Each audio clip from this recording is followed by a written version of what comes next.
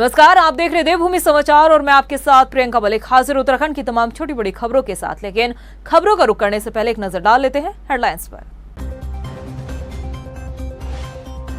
उत्तराखंड में लागू होने वाले समान नागरिक संहिता का ड्राफ्ट तैयार, 2.5 लाख से ज्यादा लोगों से लिए गए सुझाव, विशेषज्ञ समिति जल्द धामी सरकार को सौंपेगी रिपोर्ट।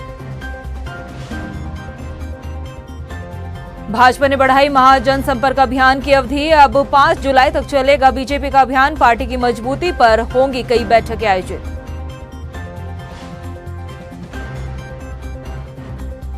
लैंसडाउन का नाम बदलने की कवायद शुरू, जसवंतगढ़ नाम रखने का रक्षा मंत्रालय को दिया सुझाव, कांग्रेस ने कसा तंज, कहा सरकार को नहीं विकास के कार्यों से सरोकार।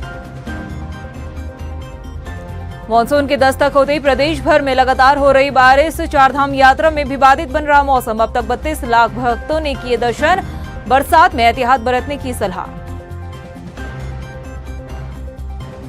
हेडलाइंस के बाद बुलेटिन में खबरें विस्तार से। उत्तराखंड में समान नागरिक संहिता लागू करने की तैयारी अब अंतिम चरण में है। यूसीसी को लेकर जो कमेटी गठित की गई है, उस समिति ने ड्राफ्ट तैयार कर लिया है। हालांकि ड्राफ्ट जो रिपोर्ट है वो प्रदेश सरकार को फिलहाल नहीं सौंपी गई है, मगर कमेटी जल्द ही कह रही है कि ये ड्राफ्ट सरकार को सौंप दिया जाएगा। माना जा रहा है कि एक पखवाड़े के भीतर ही सरकार को रिपोर्ट दे दी जाएगी। ये रिपोर्ट देखिए। उत्तराखंड में अब जल्द ही यूनिफॉर्म सिविल कोड लागू कर दिया जाएगा। माना जा रहा था कि 30 जून तक यूसीसी को लेकर जो कमेटी गठित की गई थी वो सरकार को ड्राफ्ट सौंप देगी, मगर ऐसा नहीं हुआ। कमेटी ने जानकारी दी है कि यूसीसी को लेकर ड्राफ्ट तैयार हो चुका है और जल्द ही सरकार को सौंप दिया जाएगा। सुप्रीम कोर्ट के रिटायर्ड जज रंजना प्रकाश देसाई ने बताया कि उत्तराखंड के प्रस्तावित समान नागरिक संहिता का मसौदा पूरी तरह से तैयार है। ड्राफ्ट के साथ विशेषज्ञ समिति की रिपोर्ट जल्द ही सरकार को सौंप दी जाएगी। माना जा रहा है कि एक पखवाड़े के भीतर समिति सरकार को रिपोर्ट सौंपेगी। आपको बता दें कि उत्तराखंड समान नागरिक संहिता का ड्राफ्ट तैयार करने वाला देश का पहला राज्य उत्तराखंड होगा। मई 2022 में समिति का गठन हुआ था। गठन से लेकर अभी तक समिति 2.5 लाख से अधिक सुझाव ऑनलाइन और ऑफलाइन माध्यम से प्राप्त कर चुकी है। वहीं यूसीसी को लेकर मुख्यमंत्री पुष्कर सिंह धामी ने कहा है कि संविधान के अनुरूप ही यूनिफॉर्म सिविल कोड उत्तराखंड में लाया जा रहा है। महत्वपूर्ण बात यह है कि चुनाव से पहले सरकार ने जनता से जो वादा किया था, सरकार उस वादे पर आगे बढ़ रही है। देखिए, यूसीसी कमेटी ने पिछले 1 साल से लगातार विभिन्न वर्गों के बीच में जाकर विभिन्न संगठनों के, सामाजिक, धार्मिक, अनेकों संगठनों के और साथ में जो इसके स्टेक होल्डर्स हैं, लाभार्थी हैं, उन सभी से भी जो है बात की है और बड़े विद्वान लोगों ने इस ड्राफ्ट को तैयार करवाने में अपना अहम योगदान दिया है। अब उनका ड्राफ्ट चूंकि उन्होंने कहा है कंप्लीट हमने कर लिया है, वो जब कंप्लीट करके ड्राफ्ट को प्रिंटिंग होना होगा और भी चीज़ें हैं, वो सारी चीज़ें करके जब हमें देंगे तो हम लोग उसका आकलन करेंगे, सरकार उसका आकलन करेगी और जो इसके विशेषज्ञ हैं, विद्वान लोग हैं, उन सभी का आकलन हमारे पास आएगा। उस आकलन को आगे बढ़ाया जाएगा और सरकार उसको लागू करने की दिशा में आगे बढ़ेगी। वहीं बीजेपी के विधायक मुन्ना सिंह चौहान का कहना है कि यूसीसी देश के लिए जरूरत है और एक देश में एक कानून होना चाहिए। देखिए, यूनिफॉर्म सिविल कोड आज देश की जरूरत है। उत्तराखंड राज्य में हमें सौभाग्य है कि हम देश के पहले राज्य बनने जा रहे हैं कि हमने एक कदम उठाया और हमने विधि और संविधान के तहत कदम उठाते हुए यूनिफॉर्म सिविल कोड लागू करने के लिए जस्टिस रंजना देसाई, जो सुप्रीम कोर्ट के सेवानिवृत्त न्यायाधीश, उनकी अध्यक्षता में एक कमेटी बनाई और दैट कमेटी की रिपोर्ट जो है वो जल्दी से एक्सपेक्टेड है और रिपोर्ट आने के बाद उसको लागू करने के बारे में हम कदम उठाएंगे। सरकार की माने तो यूसीसी पर भारत के संविधान की मूल भावना के अनुरूप ही फैसले होने हैं, जो सबके हित में होंगे। जिस दिन से यूसीसी को लेकर धामी सरकार ने फैसले का ऐलान किया था, उसी दिन से सरकार की स्पष्ट राय देखने को मिल रही है, जिसे देख कहा जा सकता है कि जहां एक तरफ जनता से किया वादा पूरा होने जा रहा है, तो वहीं आगामी चुनाव से पहले जनता के बीच भाजपा के विश्वास को कायम रखने की दिशा में ये एक और बेहतर फैसला साबित होता देखा जा सकता है। वहीं यूसीसी को लेकर कांग्रेस ने भी सरकार पर निशाना साधते हुए कहा है कि लंबे समय से समान नागरिक संहिता कानून लाने की बात सरकार कर रही है, लेकिन अभी तक कानून को लागू नहीं किया गया। उत्तराखंड सरकार सिर्फ इस पर चर्चा करना चाहती है और इस मुद्दे को सिर्फ चुनावी माहौल बनाना चाहती है, इसलिए वहां मुद्दों से ध्यान भटकाने के लिए वो इस काम को लगातार आगे बढ़ा रही है। लेकिन राज्य की जनता भाजपा सरकार की कथनी और करनी को बखूबी समझ चुकी है। उत्तराखंड में यूसीसी को लेकर सरकार एक साल से लगातार बयानबाजी कर रही है। कांग्रेस पार्टी सरकार से यूसीसी के बिल के ड्राफ्ट मांग चुकी है। 2 बार मांगने के बाद भी बिल का ड्राफ्ट आज तक उपलब्ध नहीं कराया जा सका। तो आप समझ सकते हैं कि सरकार इस मामले में कितनी गंभीर है और अभी भी केवल बयानबाजी हो रही है। वहीं भाजपा का महाजन संपर्क अभियान अब 5 जुलाई तक चलेगा। आपको बता दें कि इस अभियान को पूरा करने के लिए पहले भाजपा ने 30 जून तक का समय रखा था, लेकिन अब इस अभियान की अवधि आगे बढ़ाते हुए समय भी बढ़ा दिया गया है। भाजपा के प्रदेश अध्यक्ष महेंद्र भट्ट ने बताया कि अभियान को अब 5 जुलाई तक चलाया जाएगा और इस अभियान के तहत अभी आगे भी कई महत्वपूर्ण बैठकें आयोजित होनी है। देखिए, महासंपर्क अभियान के तहत उत्तराखंड के हर बूथ से संपर्क का जो हमारा कार्यक्रम था, घर घर संपर्क, उस कार्यक्रम की तिथि केंद्र द्वारा हमको अनुमति मिल गई है और 5 तारीख हमने वो कार्यक्रम रखा है। हमने प्रत्येक विधानसभा के पीछे तो विशिष्ट जनों से मिलने का कार्यक्रम था, उसकी समीक्षा चल रही है। किसी विधानसभा में 5-7 लोग अभी छोटे, उनको हम पूर्ण करेंगे और एक लोकसभा में 1000 लोगों के मिलने का लक्ष्य हम से ज़्यादा हम लोग बढ़ेंगे। इसके साथ साथ कोई घर न छूटे, इस दृष्टि से हमने कार्यक्रम तय किया। और मुझे बताते हुए खुशी है कि उत्तरांचल में हमारे कार्यकर्ताओं ने उत्साह दिखाया। उसका परिणाम था कि हमारी महिला मोर्चे की चमोली जिले की जो अध्यक्ष हैं हिमानी वैष्णव, वो सर्वाधिक सेल्फी लेने वाली और घर घर संपर्क करने वाली कार्यकर्ता में उसने 10वां स्थान प्राप्त किया है। उत्तराखंड उद्यान विभाग में हुए घोटालों को लेकर जहां मुख्यमंत्री पुष्कर सिंह धामी उद्यान निदेशक बवेजा को सस्पेंड कर चुके हैं, तो वहीं हाईकोर्ट में भी एक जनहित याचिका पर सुनवाई चल रही है, जिस पर हाईकोर्ट भी सख्त नजर आ रहा है। वहीं विपक्ष उद्यान मंत्री गणेश जोशी के इस्तीफे की मांग पर अड़ा है। ये रिपोर्ट देखिए। उत्तराखंड के उद्यान विभाग में हुए घोटालों को लेकर जहां एक और हाईकोर्ट ने सीबीआई से पूछा है कि जो घोटाले में बिंदु जनहित याचिका में उठाए गए हैं, क्या उनकी प्रारंभिक जांच हो सकती है या नहीं, इसको लेकर कोर्ट को अगली तारीख में जानकारी दी जाए। हाईकोर्ट ने याचिकाकर्ता दीपक करगेती से कहा है कि जो आरोप उन्होंने जनहित याचिका में लगाए हैं, उनकी एक कॉपी सीबीआई को दे। वहीं याचिकाकर्ता ने कहा कि लंबे समय से वो इसके लिए लड़ाई लड़ रहे थे, क्योंकि सीधे तौर पर जनता की गाड़ी कमाई का पैसा लूटा जा रहा था।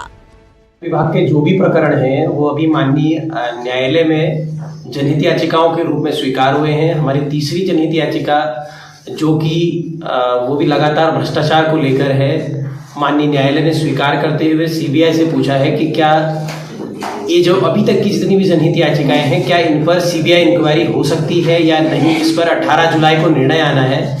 मुझे विश्वास है माननीय न्यायालय के द्वारा जो भी निर्णय आएगा वो किसानों और बागवानों के हित में आएगा। उद्यान विभाग में हुए घोटालों को लेकर कांग्रेस सरकार पर हमलावर है। कांग्रेस ने आरोप लगाया है कि बीजेपी सरकार में लगातार घोटाले होते जा रहे हैं और यही वजह है कि हाईकोर्ट को इस मामले में डायरेक्शन देने पड़ रहे हैं। हम तो माननीय उच्च न्यायालय का आभार व्यक्त करेंगे कि कम से कम माननीय उच्च न्यायालय ने सरकार सोए रहने के बावजूद सोई हुई सरकार को जगाने के लिए उद्यान विभाग में हुए घोटाले की सीबीआई जांच की बात कही है और सीबीआई को कहा कि इसकी जांच करिए। लेकिन सरकार सोई हुई है, मंत्री सोए हुए हैं, अधिकारी सोए हुए हैं। पता नहीं किसका संरक्षण प्राप्त है। ऐसे अधिकारी जो इस प्रदेश में आते हैं लूट के चले जाते हैं। हमारे जो स्थानीय अधिकारी हैं, हमारे विभागीय अधिकारी हैं, इस प्रदेश के अधिकारी हैं, उनकी उपेक्षा ही सरकार कर रही है। बाहर से लाके बिठा देती है और भ्रष्टाचार को अंजाम देते हैं, उसके बाद चले जाते हैं।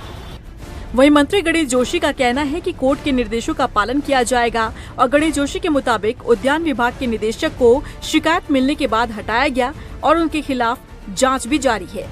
बिल्कुल, देखिए, कोई भी व्यक्ति हो जो भ्रष्टाचार करेगा उसके लिए उत्तराखंड में जगह नहीं है। जैसे ही मुझे स्थानीय लोगों द्वारा शिकायत मिली थी, मैंने डीएम उत्तरकाशी से उसकी जांच कराई थी और डीएम की जांच के आधार पर माननीय मुख्यमंत्री जी ने उसको निलंबित किया है पर आरोप पत्र दाखिल करने के लिए कहा है और माननीय उच्च न्यायालय ने भी उसका संज्ञान लिया है और उसी के निर्देशों के अनुसार कार्रवाई होगी। धामी सरकार का संकल्प है कि सही को हम छेड़ेंगे नहीं और गलत को हम छोड़ेंगे नहीं। कुल मिलाकर देखिए तो उद्यान विभाग के निदेशक पद से जहां बवेशा की छुट्टी कर दी गई, तो वहीं जो घोटाले उनके द्वारा किए गए उससे उनकी मुसीबतें कम होती नहीं दिख रही है। सरकार में जहां उनके ऊपर कार्रवाई कर दी गई, तो वहीं हाईकोर्ट घोटालों को लेकर सख्त नजर आ रहा है। ऐसे में देखना होगा कि आखिरकार जो उत्तराखंड की जनता के पैसों की लूट उद्यान विभाग में देखने को मिली है, हाईकोर्ट क्या कुछ फैसला उस पर सुनाता है और किस तरह की जांच अब घोटालों को लेकर की जाती है। वित्त मंत्री प्रेमचंद अग्रवाल ने देहरादून विधानसभा में G20 में सम्मिलित होने वाले अधिकारियों और कर्मचारियों को सम्मानित किया है। मंत्री प्रेमचंद अग्रवाल ने कहा कि अधिकारियों और कर्मचारियों के अथक प्रयास से ही काफी कम समय में G20 का सफल आयोजन हो पाया है। G20 के दौरान सड़क मार्ग, पेयजल सुविधा, लाइट, सिविल लाइन और सौंदर्यीकरण का कार्य भी काफी बखूबी ढंग से किया गया है। उन्होंने कहा कि श्री गंगा आरती के आयोजन को लेकर त्रिवेणी घाट के सौंदर्यीकरण का कार्य अद्भुत रहा है। देखिए, मैंने देश के यशस्वी प्रधानमंत्री आदरणीय मोदी जी का मैं धन्यवाद कर रहा हूं कि हमारे उत्तराखंड को उन्होंने 3 G20 की बैठकें आयोजित करने का हमें अवसर प्रदान किया। माननीय मुख्यमंत्री जी का धन्यवाद है। 2 ऋषिकेश में, 1 रामनगर में सफलतम बैठकें हमारे यहाँ हुई है। जब G20 के बैठकों की बातचीत चल रही थी तो हम सोच रहे थे कैसे होगा, लेकिन आज तीनों बैठकें बहुत सफल हुई। अब हम कह सकते हैं कि अंतर्राष्ट्रीय स्तर पर भी हम अच्छा कार्यक्रम, अच्छी बैठकें हम लोग यहाँ उत्तराखंड में कर सकते हैं। वहीं 2016 के स्टिंग मामले में पूर्व मुख्यमंत्री हरीश रावत को सीबीआई द्वारा नोटिस दिया गया है। आपको बता दें कि 2016 में जब हरीश रावत की सरकार गिरी थी, उस समय पूर्व मुख्यमंत्री हरीश रावत का सरकार बचाने को लेकर स्टिंग जारी हुआ था, जिसको लेकर सीबीआई ने अब स्टिंग की ऑडियो मैच करने के लिए नोटिस दिया है। लेकिन पूर्व मुख्यमंत्री हरीश रावत का कहना है कि जो नुकसान उन्हें होना था वो 2016 और 17 में हो चुका है। कांग्रेस को भी इसका नुकसान झेलना पड़ा है और उन्हें भी व्यक्तिगत रूप से भी इसका नुकसान हुआ है, लेकिन अब जांच के लिए वो पूरी तरह से तैयार है। उनकी दक्षता की बात है कि दिल्ली से यहाँ तक पहुंचे छुट्टी के दिन जो है, और सुबह आ गए। मैं किसी के वहाँ सिवई खाने के लिए गया था, तो जब मुझे मालूम पड़ा तो घर आकर के जब बताया इन्होंने, तो मैंने फिर फेसबुक में भी आमंत्रण भेज दिया और वो इत्फाक से वो टेलीफोन नंबर दे करके गए थे, भले लोग थे, तो मैंने उन पर टेलीफोन करके अभी उन्होंने नोटिस को सर्व किया है। अब वकील आपसे बात करेंगे। हमारा बिल्कुल साफ मानना है कि हमें जो कुछ भी इस प्रकरण में नुकसान होना था वो 2016-17 में हो चुका है।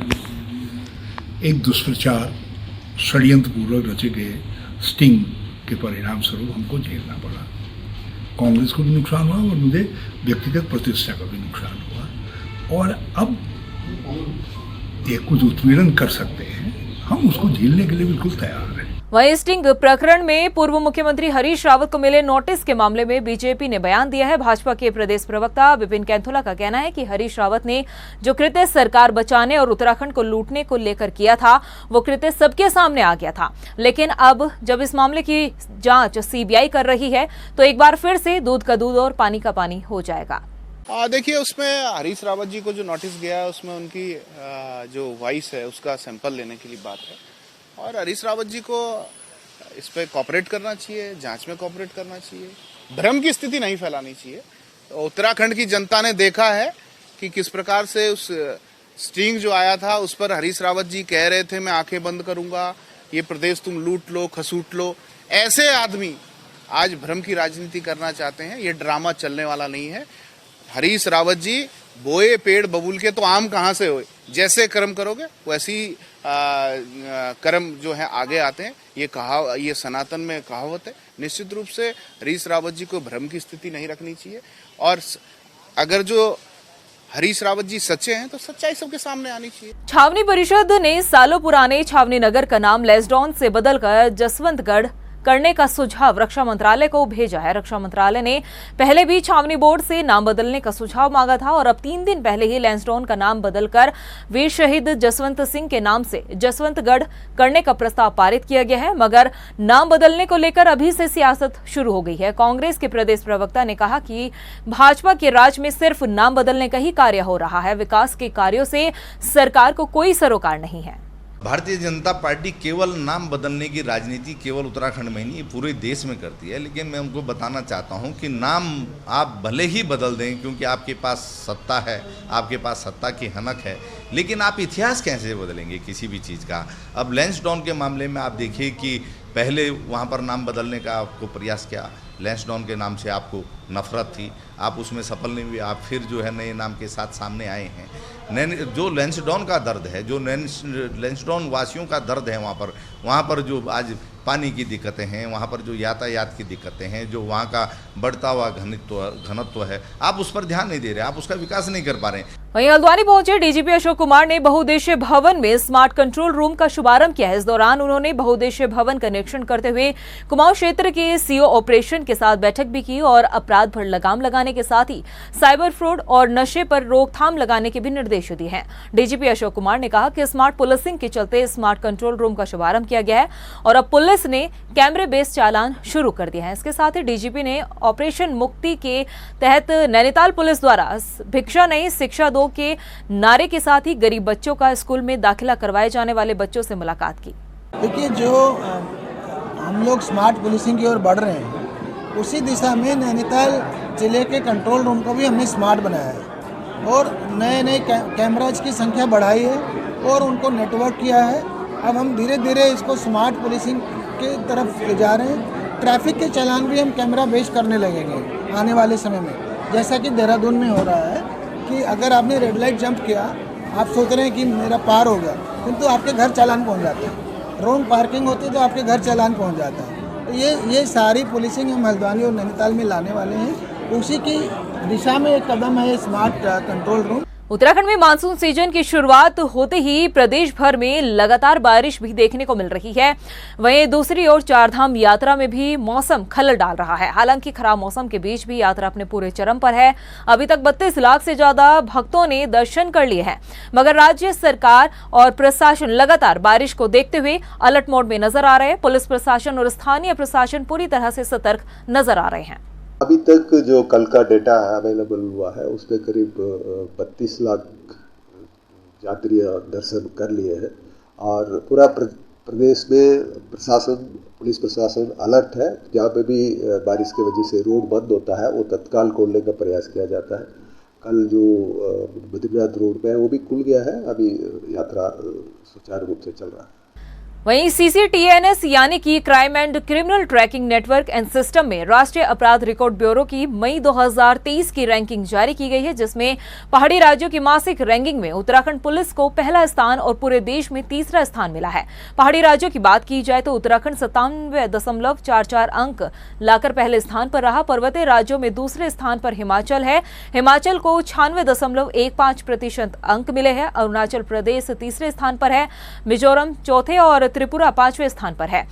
वहीं इसकी जानकारी देते हुए ADG वी मुरुगेशन ने इस पूरे मामले की जानकारी दी है। इसके साथ ही पुलिस को बधाई भी दी है। Crime criminal tracking system network है, CCTNS कहते हैं। वो हर महीने NCRB उसकी जो फंक्शनिंग है उसका रैंकिंग करते हैं। तो अब इस महीने में उत्तराखंड पर्वतीय प्रदेशों में पहला नंबर पे है और पूरा देश भर की हमारा तीसरा नंबर पे। उस पे जो भी क्रिमिनल क्राइम ट्रैकिंग नेटवर्क के जो परफॉर्मेंस के जो पैरामीटर्स होते हैं उस पर, तो उत्तराखंड पुलिस अच्छा काम कर रही है। एक तरफ उत्तराखंड में भ्रष्टाचार पर धामी सरकार का चाबुक चल रहा है, तो वहीं दूसरी तरफ प्रदेश में एक बड़ा घोटाला सामने आया है। RTI के जरिए कौशल विकास योजना में 600 करोड़ के घोटाले की जानकारी सामने आई है, जिसने सूबे में हलचल मचा दी है। यह रिपोर्ट देखिए। कौशल विकास योजना में बड़ा घोटाला, प्रशिक्षण के नाम पर बड़ा घोटाला, 600 करोड़ का किया फर्जीवाड़ा। RTI से हुआ बड़ा खुलासा। उत्तराखंड में भ्रष्टाचार पर लगातार धामी सरकार का चाबुक चल रहा है, तो वहीं इसी बीच एक बड़ा घोटाला सामने आया जिसने सूबे में हलचल मचा दी है। ये घोटाला हुआ है कौशल विकास योजना में, वो भी पूरे 600 करोड़ का। जी हाँ, चौंकिए नहीं, ये खुलासा RTI के जरिए किया गया है, जिसमें ये जानकारी सामने आई है कि कौशल विकास योजना में करोड़ों का घोटाला हुआ है। बता दें कि हल्द्वानी के RTI कार्यकर्ता विकी खान द्वारा सूचना के अधिकार में मांगी गई जानकारी में ये बड़ा खुलासा हुआ है। विकी खान ने इस मामले को उजागर करते हुए बताया कि प्रदेश में चल रही कौशल विकास प्रशिक्षण योजना के नाम पर धांधली की गई है। ट्रेनिंग 2019-20 और 20-21 जिस समय कोरोना काल चल रहा था और हमारा पूरा भारत देश बंद था, उस समय ये ट्रेनिंग हमारे उत्तराखंड में दे दी गई कौशल विकास योजना के नाम। मतलब घर घर से बच्चे को बुला के ट्रेनिंग दी इन्होंने। ये इस तरीके से ये इतना बड़ा स्कैम है कि 600 करोड़ रुपए का घोटाला इसमें 2 साल में किया गया और 80,000 बच्चों को ट्रेन कर दिया इन्होंने। ट्रेन करने के बाद 6 महीने बाद उनको नौकरी पे भी लगा दिया कोरोना काल में। बता दें कि कोरोना काल में प्रदेश के 55,000 छात्रों को प्रशिक्षण कार्यक्रम में प्रतिभाग कराकर उन्हें नौकरी तक आवंटित कर दी गई, जबकि असल में ये एक बड़ा घोटाला है। जिन छात्रों के आधार कार्ड लगाए गए हैं वो पूरी तरह फर्जी हैं। जब इन कागजातों की पड़ताल की गई तो ये फर्जी पाए गए। इस पूरे फर्जीवाड़े में 600 करोड़ का चूना लगा दिया गया। जानकारी सामने आने के बाद ये साफ हो गया है कि योजना के नाम पर किस तरह से घोटाला किया गया। आधार कार्ड वाला ये मामला कि ये वो डेटा है जिनको ट्रेनिंग दे दी गई है, जो कि बच्चे नहीं हैं। कुछ इसमें मृत बच्चे भी हैं कि जो मर चुके हैं बच्चे, उनको भी ट्रेनिंग दे दी गई है। ये सारी संस्थाएं जो हैं ये सब बाहर की हैं। हमारे स्टेट मतलब हमारे राज्य की कोई भी एक संस्था नहीं है, इसमें कोई कार्यदायी संस्था नहीं है, सारी संस्थाएं बाहर की हैं। वही कौशल विकास योजना के निदेशक संजय कुमार खेतवाल का कहना है कि मामला उनके संज्ञान में आया है। मामला पुराना बताया जा रहा है, फिर भी मामले की जांच के लिए अधिकारियों को निर्देशित कर दिया गया है। ये संज्ञान विधिवत रूप से या कोई शिकायत के रूप में हमारे अब वहाँ दर्ज नहीं है, लेकिन अब ये प्रकरण संज्ञान में हम लोगों के आ गया है मीडिया, तो इसमें हम इंक्वायरी करा लेंगे कि क्या है और क्या तथ्य हैं इसमें, क्या क्या रिपोर्ट है, क्या इसमें क्या हुआ है। ये जब हम पूरी वो शिकायत हमारे पास आ जाएगी कि है तो उसको उसी के माध्यम से हम भी देख लेंगे। चूँकि मीडिया के माध्यम से आया है तो प्रथम दृष्टया हम इसको दिखवा लेते हैं कि क्या प्रकरण है, उसमें क्या तथ्य हैं। बता दें कि कोरोना काल में प्रदेश के करीब 55,000 छात्रों को प्रशिक्षण कार्यक्रम में प्रतिभाग दिखाकर उन्हें नौकरी आवंटित कर दी गई। इसमें उन लोगों के नाम भी शामिल हैं जो इस दुनिया में नहीं है या फिर नौकरी कर रहे हैं। इसके लिए फर्जी आधार कार्ड का इस्तेमाल किया गया। आरटीआई से हुए खुलासे ने वाकई में हैरत में डाल दिया है, लेकिन अब देखना होगा कि आगे क्या कदम उठाए जाते हैं। कुमाऊं के एकमात्र महिला चिकित्सालय में जहां एक तरफ रोज ओपीडी और प्रसव के मामले बढ़ रहे हैं, तो वहीं ये अस्पताल डॉक्टरों की कमी से जूझ रहा है। पहाड़ के दूर दराज क्षेत्रों से महिलाएं यहां हर रोज इलाज करवाने के लिए आती है। खासकर यहां पर स्टाफ नर्स के 19 पद हैं, लेकिन उन पदों में से महज 7 स्टाफ नर्स ही यहां पर तैनात है। इसके अलावा डॉक्टरों के पद भी खाली पड़े हैं। हालांकि महिला चिकित्सालय की सीएमएस उषा जंगपांगे का कहना है कि पिछले दिनों अस्पताल को कई नए डॉक्टर मिले हैं, जिसके बाद से व्यवस्था दोबारा से पटरी पर लौट रही है। अभी हमारे स्टाफ के डॉक्टर स्टाफ जो पहले बहुत कम था, अब महानिदेशालय से हमें 2 गायनिकोलॉजिस्ट भी मिले हैं और 2 एलएमओ भी मिली हैं। तो अभी हमारे पास जो एलएमओस हैं 8 के सापेक्ष हमारे पास 5 हैं और वैसे ही गायनिकोलॉजिस्ट भी हमारे पास 8 की सीट है, तो 8 के पद के अकॉर्डिंग 4 हमारे पास हैं और एक हमारे पास ये बेस हॉस्पिटल से भी अटैच्ड है, तो 5 हो गए। वहीं रुड़की की सिविल लाइन कोतवाली में सर्व समाज के सैकड़ों लोगों ने जोरदार हंगामा करते हुए नारेबाजी की है और प्रदर्शन भी किया है। क्षत्रिय समाज के खिलाफ भीम आर्मी के प्रदेश अध्यक्ष महक सिंह द्वारा दिए गए बयान से लोगों में नाराजगी देखने को मिल रही है। दरअसल भीम आर्मी चीफ चंद्रशेखर आजाद के ऊपर हुए हमले के बाद से भीम आर्मी के प्रदेश अध्यक्ष महक सिंह ने क्षत्रिय समाज के खिलाफ एक टिप्पणी की थी, जो कि सोशल मीडिया पर काफी वायरल हो रही है और अब इस पूरे मामले में पुलिस अधिकारी जांच की बात कर रहे हैं। द्वारा कोतवाली का घेराव किया गया है। घेराव क्या, यहाँ पे रिपोर्ट दर्ज कराने आए हैं। कल एक असामाजिक तत्व ने समाज के खिलाफ जिस तरह का बयान दिया, वो बिल्कुल भी उसे स्वीकार नहीं किया जाएगा और कहीं से भी आप पूरे समाज को गाली दोगे, ऐसा नहीं चलेगा। आपकी ये जो इस तरह की हरकत है, आप समाज में जाकर कभी किसी को गाली दोगे, कभी किसी को बुरा भला कहोगे, ये तो आप समाज को तोड़ने का काम कर रहे हैं। आप समाज में विघटनकारी शक्ति हो रही है, जो आप समाज को अलग अलग करना चाह रहे हैं। यहाँ पर अभी एक समाज के लोग आए थे, इनकी एक शिकायत पत्र था जिसमें इन्होंने ये आरोप लगाए कि इनके समाज के खिलाफ कुछ अभद्र और अनुचित टिप्पणियाँ की गई हैं। तो हमारी ये संज्ञान में भी आया, तो इसमें जो भी उचित कार्रवाई होगी वो हमारी तरफ से की जाएगी। वहीं रुद्रपुर कोतवाली में तैनात दरोगा पर विधवा महिला ने शारीरिक शोषण का आरोप लगाया है। अब महिला ने एसएसपी को लिखित शिकायत दर्ज करते हुए न्याय की गुहार भी लगाई। पीड़िता महिला ने बताया कि वो अनुसूचित जाति से हैं और उसके पति फौज में थे, जिनकी हार्ट अटैक के कारण 2005 में मृत्यु हो गई थी। दरोगा हरवीर सिंह ने उसके पूरे परिवार का पालन पोषण करने का आश्वासन दिया था, जिसके बाद से दरोगा और महिला लिविंग रिलेशनशिप में रहने लगे थे। जब महिला ने पत्नी का दर्जा मांगा तो दरोगा ने इनकार किया और नए नए तरीके से उसका शोषण करने लगा। वहीं इस पूरे मामले में अब एसपी सिटी मनोज कतियाल ने सीओ सिटी रुद्रपुर को जांच करने के निर्देश दिए हैं।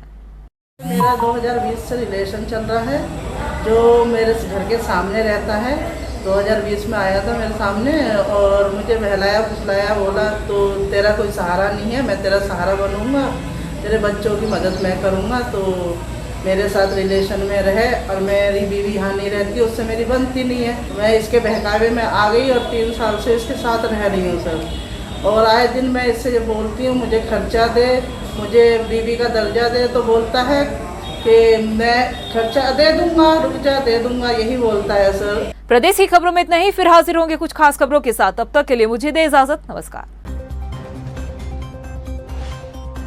उत्तराखंड में लागू होने वाले समान नागरिक संहिता का ड्राफ्ट तैयार, 2.5 लाख से ज्यादा लोगों से लिए गए सुझाव, विशेषज्ञ समिति जल्द धामी सरकार को सौंपेगी रिपोर्ट।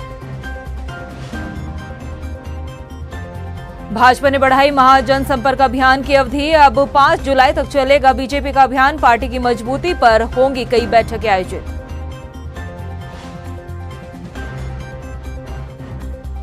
लैंसडाउन का नाम बदलने की कवायद शुरू, जसवंतगढ़ नाम रखने का रक्षा मंत्रालय को दिया सुझाव, कांग्रेस ने कसा तंज, कहा सरकार को नहीं विकास के कार्यों से सरोकार।